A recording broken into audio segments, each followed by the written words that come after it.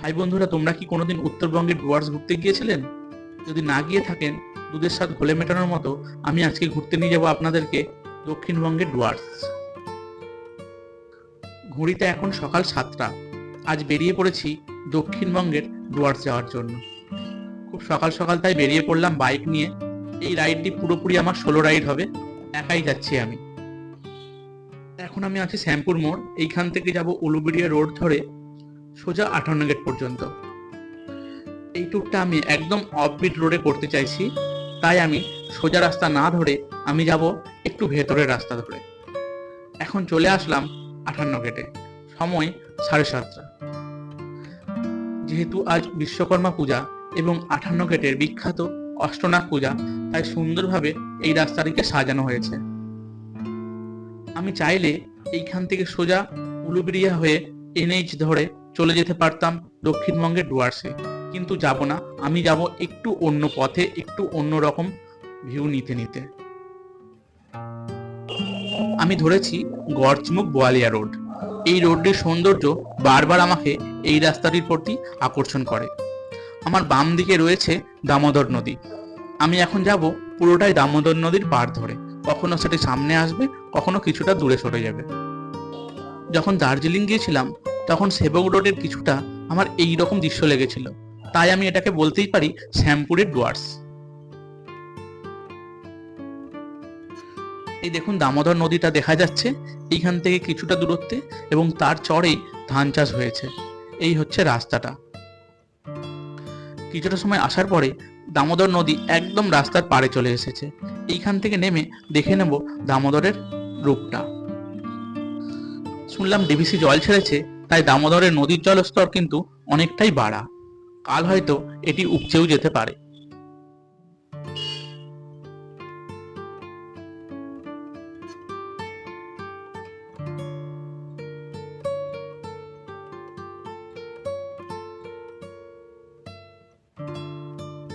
দূরের বাঁক থেকেই বয়ে আসছে অজস্র নদীর জলস্রোত।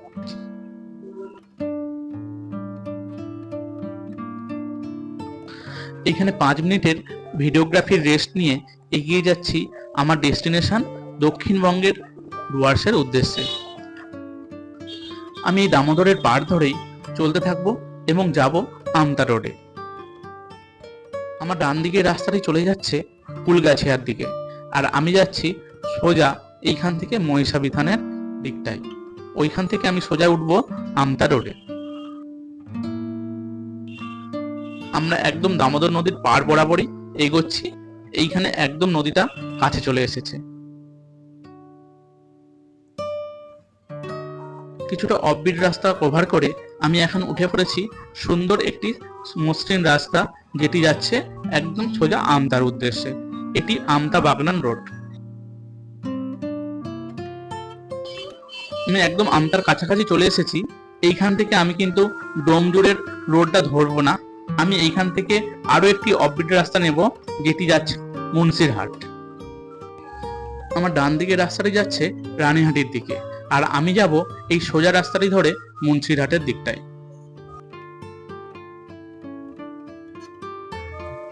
দেখুন, আমতা মুন্সিরহাট রোডটাও একটা অপরূপ সৌন্দর্য। এখানে কিন্তু বড় গাড়ি চলে না। এখানেও সুন্দর রাস্তা, কিন্তু চলে ছোটখাটো গাড়িগুলি।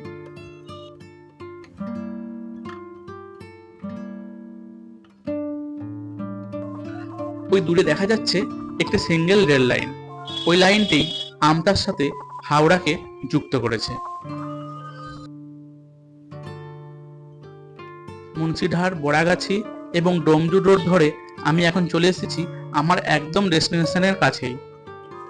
এইখান থেকে মাত্র হাফ কিলোমিটার গেলেই আমি পেয়ে যাব আমার আজকের ডেস্টিনেশন ঝালুয়ারবের রেলওয়ে স্টেশন, যেটি কিনা আমাদের দক্ষিণবঙ্গের ডুয়ার্সের সঙ্গে তুলনা করা যেতে পারে। এই সেই বিখ্যাত হরকালী মন্দির, যেটি স্টেশনের খুব কাছেই অবস্থিত। আগে আমি স্টেশন থেকে ঘুরে আসি, তারপরে দেখাবো এই হরকালী মন্দিরটিকে। দেখুন, এখান থেকে স্টেশন যাওয়ার রাস্তাটাও কতটা খারাপ। তো এইখানে আমি আমার বাইকটি স্ট্যান্ড করব, তারপর যাব স্টেশনের উদ্দেশ্যে।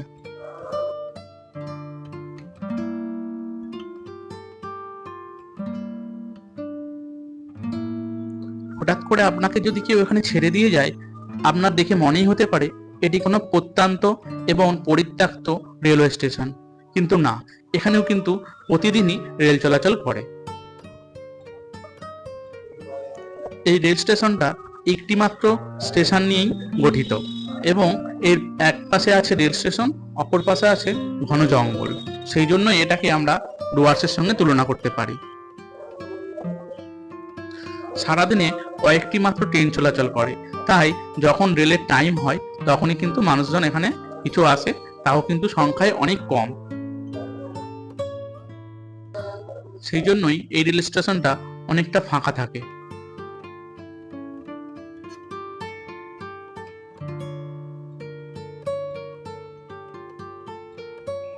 বাকি সমস্ত স্টেশনগুলির মতো এখানেও রয়েছে সবই ফেসিলিটি, কিন্তু মানুষজন যেহেতু কম আসে তাই এগুলি পরিত্যক্ত হয়ে পড়ে আছে।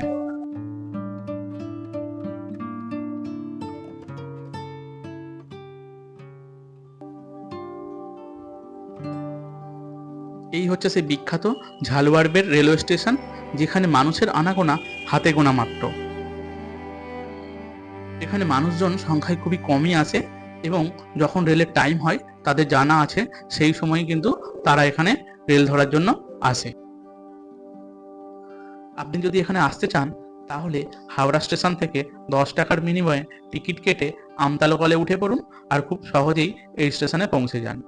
এছাড়াও যদি গাড়ি পথে আসতে চান তাহলে ডোমজুরগামী বাসে উঠে নেমে পড়ুন মকরদহ বাস স্টপে। সেইখান থেকে টোটো ধরে চলে আসুন এই সুন্দর, মনোরম এবং প্রকৃতিতে ভরা ঝালওয়ারবের রেলওয়ে স্টেশনে।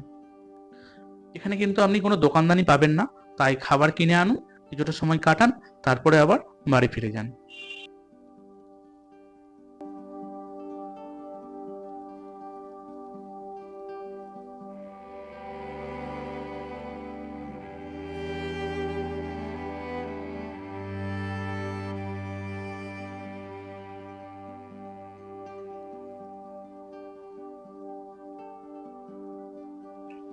দেখুন মানুষজন এখানে সাইকেল নিয়ে রেল ট্র্যাকের ওপর দিয়ে কিভাবে হেঁটে যাচ্ছে।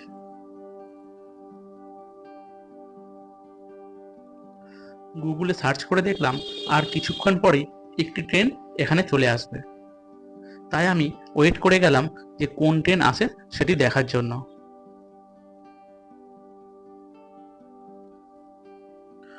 কাল পর্যন্ত আকাশের মেঘ ভার থাকলেও আজ সকাল থেকে কিন্তু রোদ ঝলমলে একটি সুন্দর ওয়েদার। কেবলমাত্র রেলওয়ে স্টেশনটি ফাঁকা না, এখানে আশেপাশেও কিন্তু আপনি কোনো শব্দ শুনতে পারবেন না, জনবসতিও এইখান থেকে অনেকটা দূরত্বে। গুগলের টাইম অনুযায়ী অনেকটা সময় আগেই কিন্তু রেল আসার সময় পেরিয়ে গিয়েছে, তবুও এখন রেল আসছে না। দু একজন কিন্তু স্টেশনে এসেছে রেল ধরার জন্য। ওনাদের কাছ থেকে জানলাম যে এখানে টাইম টেবিল থাকলেও ট্রেনগুলি টাইম টেবিল মেনটেন করে না। বলতে বলতেই ট্রেন চলে এসেছে। এই ট্রেনটি আমতা হাওড়া লোকাল, এটি যাবে হাওড়া থেকে আমতার উদ্দেশ্যে। এখন তবুও মনে হচ্ছে এটি একটি রেল স্টেশন, কিছু মানুষ এখানে দাঁড়িয়ে আছে ট্রেনটি ধরার জন্য।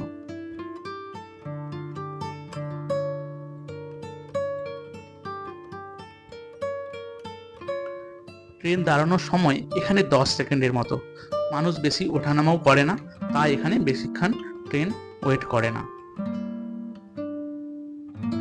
এই ট্রেনটি ডোমজুর স্টেশনে যাওয়ার পরে ওখানে দাঁড়িয়ে আছে আরেকটি ট্রেন, যেটি আসছে আমতা থেকে হাওড়ার উদ্দেশ্যে। এটি ওখানে হল্ট করার পরে সেই ট্রেনটি যাবে হাওড়ার দিকে।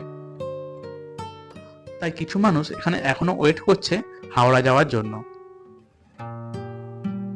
দেখুন আমি একটি খুব সুন্দর সময় এসেছিলাম, যখন এসে দেখলাম রেল স্টেশন ফাঁকা, আবার কিছুটা ওয়েট করতেই পেয়ে গেলাম একটি ট্রেন। এই হচ্ছে গিয়ে রেলওয়ের টিকিট কাউন্টার, যেখান থেকে সব সময় কিন্তু টিকিট পাওয়া যায় না, কেবলমাত্র ট্রেন আসার 10-15 মিনিট আগে থেকেই এখানে টিকিট পাওয়া যায়। চলুন, আমার বাইকটি দাঁড়িয়ে আছে, এইখান থেকে আমি বেরিয়ে যাব মন্দিরের উদ্দেশ্যে। এই হচ্ছে গিয়ে হরকালী মন্দির, উপরে একটি বড় শিবলিঙ্গ এখানে রাখা আছে।